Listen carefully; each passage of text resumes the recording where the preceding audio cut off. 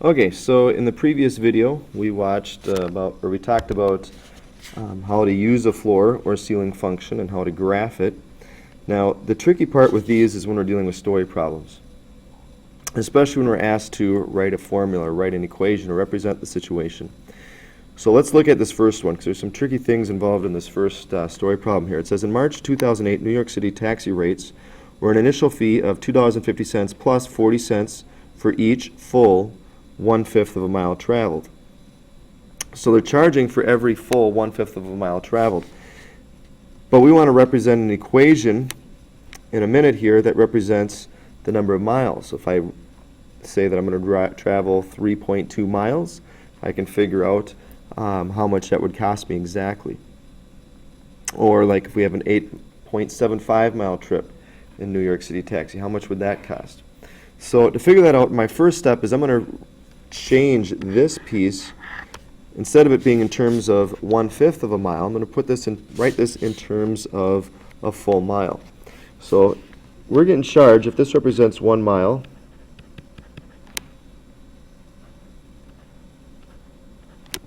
each one of those segments represents 1/5 of a mile. So it's 40 cents for this chunk, 40 cents for this chunk, and so on. So the way that we're going to look at this is this, in 1 full mile, there's 5 1/5 of a mile chunks. I'll say that again. In 1 full mile, there's 5 1/5 of a mile chunks. So I'm going to look at this as being 5m. So my first step is to always figure out how many 1/5 of a mile chunks I've traveled. So in a minute here, when I'm trying to figure out 8.75 miles, I want to figure out how many 1/5 of a mile that would be. So to figure that out, I would take 5 times 8.75. And it's after that point that I would round up or down. So now let's figure out if I would round up or down.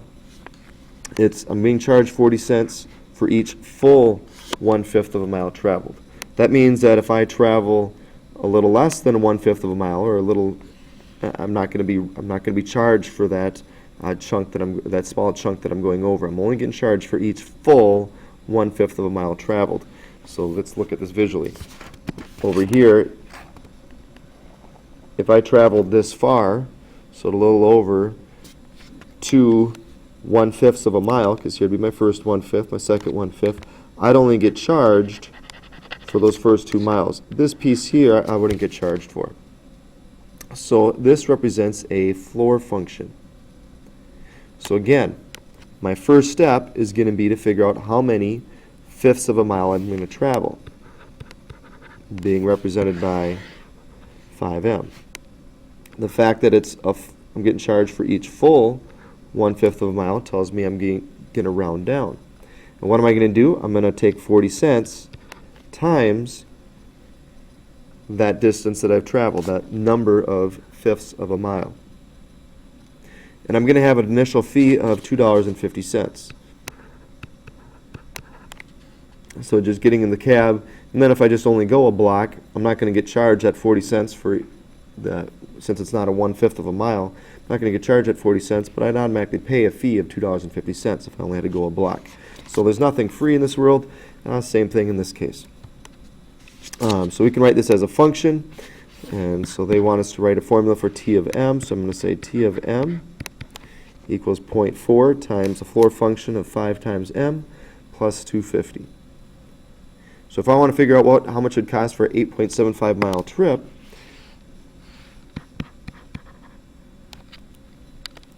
to figure that out, I'm going to put 8.75 in for m. So it's going to be 0.4 times the floor function of 5 times 8.75, and then plus 250. So when I do that, 5 times 8.75 is 43.75. So what that 43.75 represents is the fact that I'm traveling 43 full 1/5 of a mile and 3/4 of another 1/5 of a mile. But since this is a floor function, this 0.75 I'm not going to get charged for, because I'm only going 43 full 1/5 of a mile. So So I'm going to round this down to 0.4 to 43, multiply that times 0.4, and add 250 to it. And when you do that, you get $19.70. So to go 8 3/4 of a mile, I'm going to get charged $19.70. Okay, let's look at this one. Let's try to do this one together. It says suppose a taxi rate is an initial fee of $3. This time it's 60 cents for each full quarter mile traveled. So again, we're only getting charged for every quarter mile. And in one full mile, there's going to be 4 quarter miles.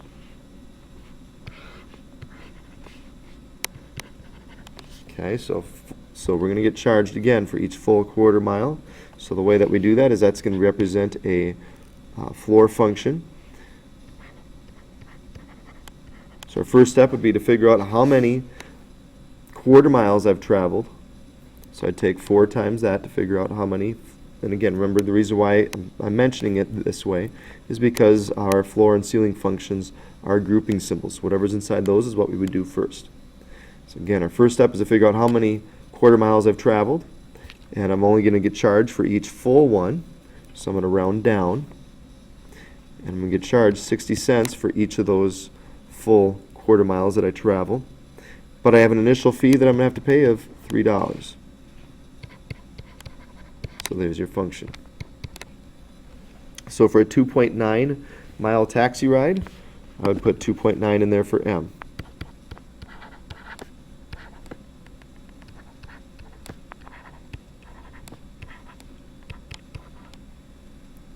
So for this one, when I take 4 times 2.9, that gives me 11.6.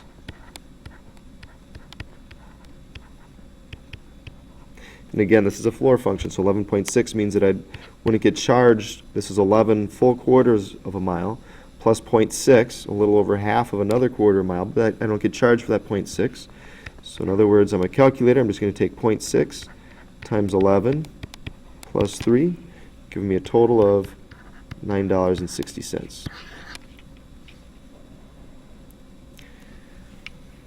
Okay, again, for a lot of those, setting up the equations can be the hardest part. Sometimes you're not asked to do that, so let's look at the next one.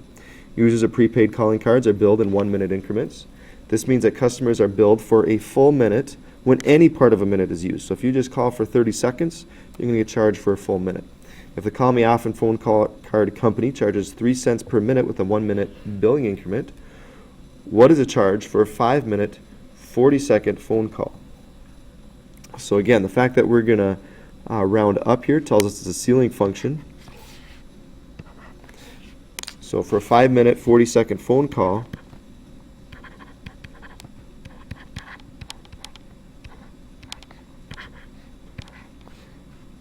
that would be equal to a 6-minute phone call, and I get charged 3 cents per minute, which would give me 18 cents.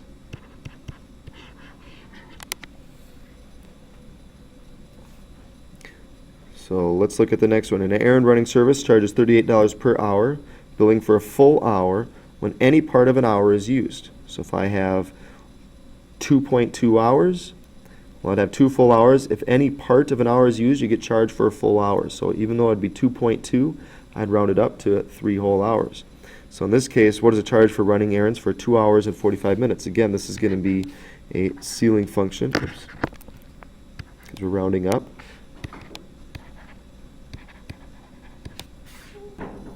So that we'd round that up to 3 hours. So an errand running service, again, charges $38 per hour. So you multiply that 3 times 38, and that gives you a total of $114 that you'd be charged there.